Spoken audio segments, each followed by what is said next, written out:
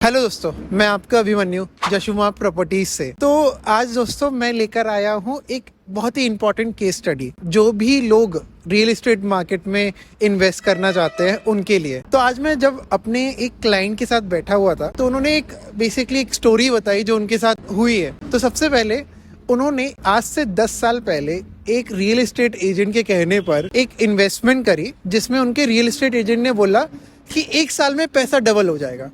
तो कहीं ना कहीं वो भी इम्प्रेस हुए इस चीज़ से और उन्होंने एक हैवी इन्वेस्टमेंट उसके कहने पर कर दी। तो उसमें कुछ दिनों बाद ये देखा 1 साल हो गया, 2 साल हो गए, 3 साल हो गए, फिर उसके बाद भी आज भी उस रियल एस्टेट इन्वेस्टमेंट से कोई बेनिफिट नहीं हुआ उनको। रिटर्न में ज़्यादा से ज़्यादा 10 to 15% रिटर्न आज की तारीख में उनको मिले हुए हैं उससे, जो कि मुझे लगता है इतना रिटर्न तो वो अगर कंपाउंडिंग की पावर पे भी ट्रस्ट करते ना, जैसे कि हमारा फिक्स डिपॉजिट हो गया, हमारा म्यूचुअल फंड्स हो गए, इसमें इन्वेस्ट करते उससे भी मिल जाता। लेकिन हम सबको एक चीज समझना चाहिए कि कभी भी जब आप इन्वेस्टमेंट करो तो किसी रियल एस्टेट एजेंट के ट्रस्ट पर नहीं करो।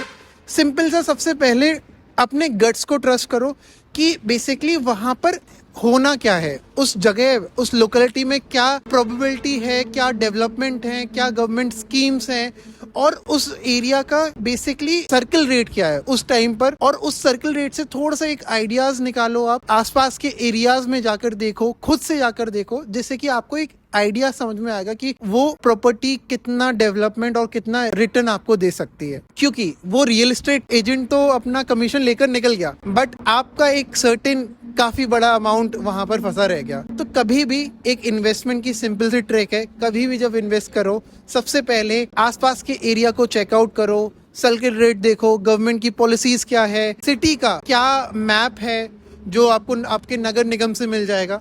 तो ये बहुत सारी चीजें हैं जो आपको देखनी चाहिए। कभी कभार क्या होता है, हम एक वर्किंग प्रोफेशनल्स होते हैं तो हम सारी चीजें अपने रियल एस्टेट एजेंट पर छोड़ देते हैं, बट एक रियल एस्टेट एजेंट क्या करता है, अपनी कमीशंस निकालने के लिए आपको कैसे भी करके कुछ भी कहकर आपको प्रॉपर्टी परचेज करा देता है।